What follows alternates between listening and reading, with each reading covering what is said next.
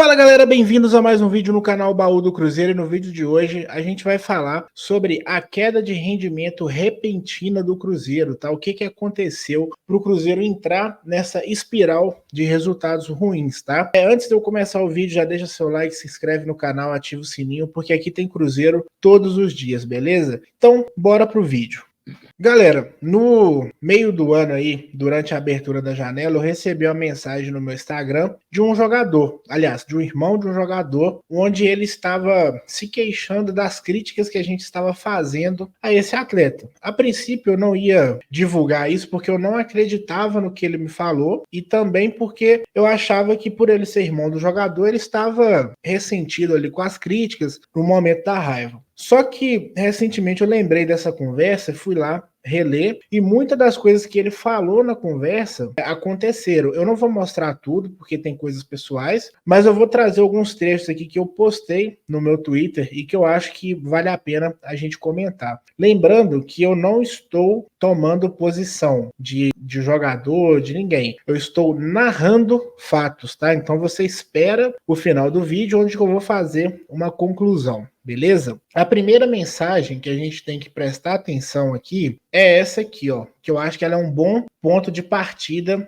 para o nosso vídeo. Eu vou ler aqui, mas vocês podem ler também. A realidade é que o Seabra já perdeu a mão. Esse trecho aqui, na época, para mim não fazia sentido nenhum, porque o Cruzeiro estava bem. Só que né, ele já estava antecipando uma coisa que ia acontecer. A sorte dele é que os atletas não entram em campo para perder. Isso seria desonrar o próprio propósito em ser jogador. Mas posso te garantir que tem muitos putos ali por dentro, né? Putos por dentro ali, com o sentimento de injustiça do caramba. E a torcida nem imagina de quem seja, estão mirando em atletas errados. Então, o que esse cara tá falando? Que não era, talvez não fosse o caso do irmão dele, mas que existiam alguns jogadores ali que estariam insatisfeitos e com sentimento de injustiça. Por quê? Porque os titulares, os jogadores que foram contratados, a maioria deles tomaram a vaga de titular, tá? E quando ele fala que a gente tá mirando nos atletas errados, na época os grandes criticados eram Lucas Silva e Ramiro, então eu já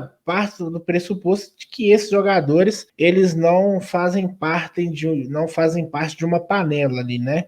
Contra a diretoria. Sim, contra a diretoria. A briga desses jogadores, segundo a minha apuração, a insatisfação deles é com a diretoria. E aqui entra um ponto importante que é a questão do áudio do Pedrinho, né? A princípio eu achava que esse áudio, que essa conversa que ele narra no áudio nunca tinha existido. Na minha cabeça nunca tinha existido. Hoje eu já não tenho tanta certeza assim. Eu acho que o Seabra foi sim pressionado para escalar os titulares, mas para escalar os reforços, mas vamos supor que não, que só a existência do áudio tenha gerado o mal-estar. Eu acredito que não tenha pegado bem nos jogadores ali, porque passa a sensação de que esses jogadores não têm a confiança ou não têm o respeito do dono do clube. Ele quer que jogue os atletas que ele comprou. E aqui, se você analisar, o Pedrinho, desde que ele chega no Cruzeiro, ele tem tirado todas as pessoas que faziam parte da gestão do Ronaldo e colocando as pessoas de confiança dele. Até aí, tudo bem, eu não concordo, mas é natural. Isso acontece em todo clube, as pessoas vão querer trabalhar com as pessoas que elas confiam, que estão alinhadas ali com o seu tipo de gestão. Isso é normal, não concordo, mas é normal. Eu manteria várias pessoas ali da gestão do Ronaldo, Gabriel Lima, Akin, do futebol feminino, enfim. Não é o objetivo desse vídeo. Só que, aparentemente, e aí é uma informação que a partir dessa mensagem, eu fui atrás de outras coisas. O que acontece? Alguns jogadores renovaram o contrato na gestão do Ronaldo, com moldes da gestão do Ronaldo. O que eu quero dizer com isso? O Ronaldo ele tinha um plano orçamentário bem claro, ele fazia um projeto individual para cada jogador, que esse jogador representaria para o Cruzeiro, e por isso que as renovações acabavam que algumas até demoravam um pouco, né? E com a chegada do Pedrinho, essa política de salário, por exemplo, ela é quebrada. Até porque o Cruzeiro precisa de contratar jogadores ali meio que urgente, só que isso também não pega bem para o elenco. Vou dar um exemplo. Alguns jogadores tinham propostas melhores, que renovaram o contrato, tá? Eles optaram por confiar no projeto do Cruzeiro, só que o Ronaldo sai e entra um cara novo e que oferecendo salários muito maiores para os jogadores que estavam vindo. Isso causou um racha no elenco. A informação que eu tenho de, por exemplo, um desses jogadores ganhava 400 mil no futebol italiano e passou a receber 1.100.000 no Cruzeiro, enquanto esses outros jogadores renovaram por bem menos do que isso. Não que eles deveriam ganhar 1 milhão, mas existia uma lógica, essa lógica foi quebrada. E aqui, cara, entra uma coisa que é o que eu tenho criticado no Alexandre Matos. O Cruzeiro está sem comando hoje, sem comando. O Cruzeiro hoje é refém de um grupo de jogadores que, por mais que eles tenham mérito em alguns pleitos ali, a questão se era ou não justo eles perderem a vaga no time, se era ou não justo essa renovação, porque mudou a diretoria, não tinha como prever isso, né, inicialmente, mas aonde eu quero chegar com isso? O Alexandre Matos, ele é um cara que ele tem muitos anos de futebol e isso daria para ser uma coisa que a se imaginar. Então, ele falha na gestão desses jogadores. E hoje o Cruzeiro é refém de jogadores que nunca ganharam nada na vida. Jogadores medianos. E isso me incomoda bastante porque, como eu falei, Alexandre Matos é um cara que hoje talvez ele acumule muitas funções como CEO do clube. Talvez ele deveria ficar só na parte de futebol. Então, como ele está agregando muitas funções, ele não está conseguindo fazer o básico. O Cruzeiro hoje está largado. Você vê pela cara do Diniz, os jogadores não fazem o que ele quer dentro de campo. A própria cara dele na coletiva, eu tenho a impressão de que não vai nem precisar o Cruzeiro mandar o Diniz embora, ele mesmo vai pedir, porque o Cruzeiro hoje é uma bagunça, administrativamente falando. O Cruzeiro não tem comando. O nosso CEO de futebol, ele vai para a entrevista para falar que ele tirou a taça da Série B da Toque, por isso que a gente vai mudar a mentalidade, entendeu? É um discurso muito descolado de uma realidade de verdade, né? Por exemplo, outro trecho, né, que eu gostaria de mostrar, né? Vou te contar um segredo.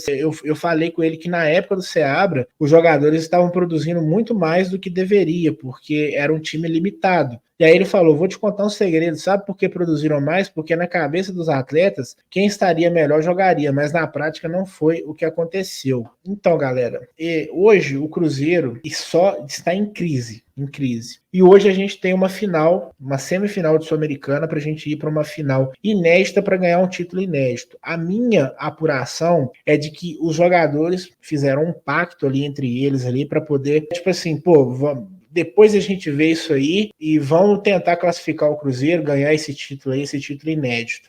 E isso mostra de que há um racha no elenco, de fato. E mostra de que a nossa diretoria não conseguiu agir de maneira que, primeiro, para impedir, depois para conter e agora para resolver. Precisou os jogadores reunirem entre eles ali para poder chegar nesse acordo. E hoje o Cruzeiro é um clube que paga em dia, o clube oferece uma excelente estrutura, o clube oferece voo fretado, mesmo que os jogadores tivessem mérito na cobrança, o clube oferece uma estrutura para que o futebol, o Cruzeiro jogasse muito melhor do que joga hoje. Nosso elenco, ele é limitado, mas não justifica a má vontade que a gente está vendo dentro de campo. Por mais que o esposo de uma amiga minha, Rafaela, postou um negócio que é muito pertinente. O Cruzeiro, por mais que os jogadores sejam ruins, o cara não depende de qualidade técnica para mostrar vontade dentro de campo. A postura do Cruzeiro no primeiro jogo foi ridícula.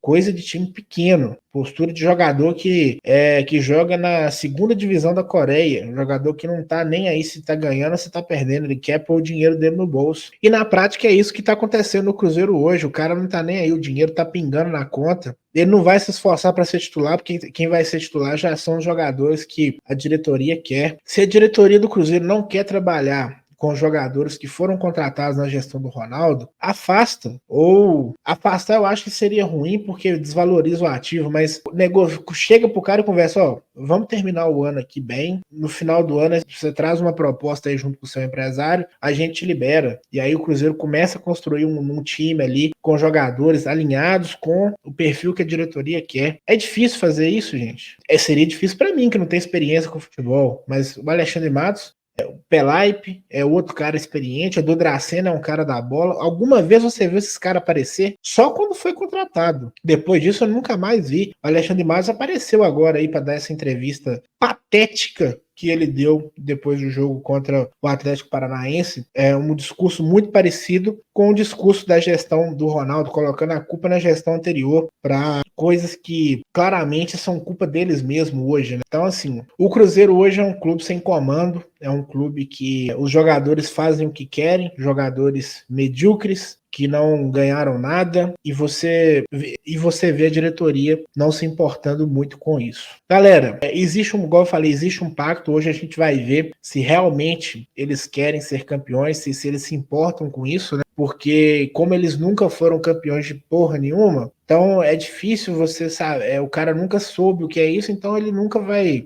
A gente não sabe se o cara realmente tem vontade de ser campeão. A gente sabe que o Cássio quer. Ele tá jogando machucado. Ele é um cara vencedor. Você vê uma indignação nele. Ele tá querendo. Será que todo mundo vai pegar o exemplo dele? O Cássio veio pro Cruzeiro para poder jogar futebol. Ele não veio para resolver problema de elenco igual ele resolvia no Corinthians. A gente vai expor mais um jogador a isso, ou a diretoria vai tomar as rédeas da situação? Eu sei que todo mundo aqui é grato ao Pedrinho, alguns até demais, mas a gente precisa cobrar primeiro pensando no Cruzeiro. O Pedrinho precisa se cercar de pessoas competentes. O Pedrinho precisa de pessoas que vão gerir o futebol, que vão gerir o Cruzeiro profissionalmente. E eu não vejo isso acontecendo com Alexandre Matos. Ele vai acertar nessa próxima janela de contratação. É difícil você errar tendo 300 milhões de reais para gastar. Ele vai contratar uma bastiada de jogador, vai acertar 6 ali, e o Cruzeiro vai ter um time competitivo. Mas é um dinheiro que vai ser mal gasto, na minha opinião.